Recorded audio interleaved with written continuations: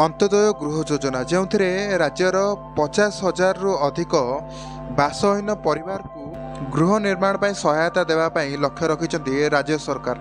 तेबे आपण एथिपाई योग्य कि नहीं जानापी आसतु यार कौन गाइडलाइन रही जाना। जो मैंने गरीब श्रेणी लोक जो मानकर पक्का घरटीए ना कि पूर्वर कौन योजना अधीन में सामिल होते से निजर घरटी कंप्लीट कर यह सब बन्या बात्या कौन से प्राकृतिक विपर्यय जदि घरटी भांगी जाए अथवा पीडब्ल्यूडी फिजिकली हैंडिकैप्ड अटंती आपण ये योजना अधीन घरटीए पाइपर। जदि पूर्वर आपणकर पक्का घर थिला किंतु आजबेस्टल छात थिला किंतु कौन गृह योजना योग्य हो पार नथिले हेले एबे अंत्योदय गृह योजना जदि आपणकर इटा बा पथरर कांथ थिबो छातटी आजबेस्ट पॉलिथिन किंबा चाल छपर होइथिबो तेबे आपण एही गृह योजना अधीन घरटीए पाइबापी योग्य होबे। घरटीए बनवाई आम ओडिशा सरकार आपन को 1,20,000 टंका देउछंती किंतु आपणक पाखरे अति कम रे 25 स्क्वायर मीटर जगह थिबा आवश्यक।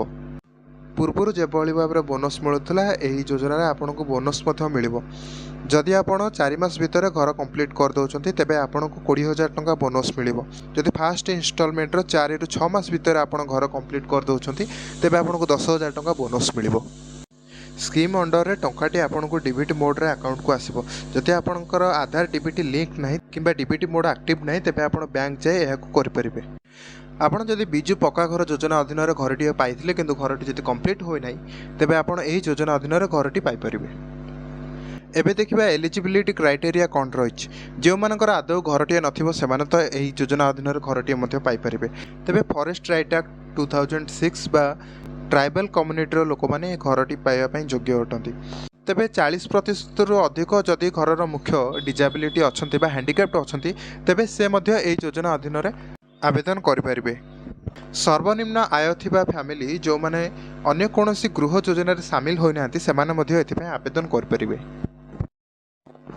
जदि आपण घर प्राकृतिक विपर्यय तथा बन्या बात्या अग्निकांड एवं भूमिकंप आदि द्वारा भांगी जाइछि तेबे आपण घरटीए पाइपर। ता सहित जदि आपण घर समुद्र तथा नदी कूल अच्छी एवं यार शिफ्टिंग करा जाइछि तेबे आपण को घरटी मिल पारिबो। जदि कौन से गवर्नमेंट प्रोजेक्ट जमती कि हाईवे निर्माण तथा इरिगेशन प्रोजेक्ट पे आपणकर घर को शिफ्टिंग करा जाइछि एवं एपर्यंत घर मिली नाही तेबे आपण मध्य एही घर पई अप्लाई कर परिबे। सेभଳି भाବରେ अभयारण्य किंवा जंगल बसवास करथवा लोक जेमानको घर शिफ्टिंग करिवार आवश्यकता रहछि सेमाने मध्य एही योजना रे आवेदन कर परिबे। या सहित HIV किंवा कैंसर पेशेंट ता सहित विधवा महिला जो मानकर छोट छुआ अच्छे एवं आर्थिक परिस्थिति ठीक नाही सेमाने मध्य एही योजना रे एलिजिबल अटंती।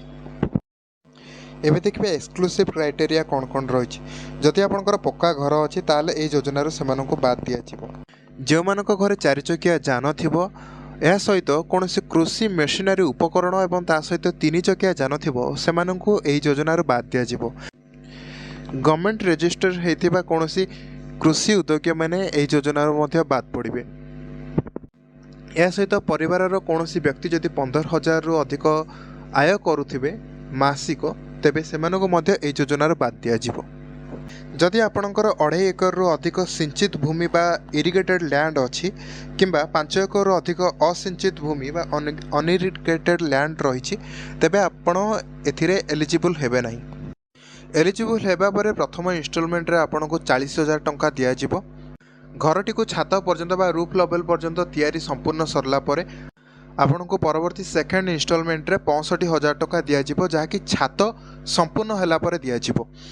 थर्ड इन्स्टॉलमेंट आपन को संपूर्ण घर कंप्लीट होला परे 15,000 टंका दिया जिवो। समुदाय 1,20,000 टंका आपन को एही स्कीम रे मिलिबो। हेले गोटे कथा आपन को ध्यान रखिया पय पड़िबो जे समय अवधि 12 मास भितर आपन को घर कंप्लीट करिया पय पड़िबो। जदि आपन 12 मास भितर घर संपूर्ण कंप्लीट न करि पारुछंती तेबे आईन अनुसार आपन समुदाय जेतिकी टंका मिलिथिबो ताहा आदाय करा जिवो जहा कि रूरल ओडिशा वेबसाइट रे उल्लेख रहिछि।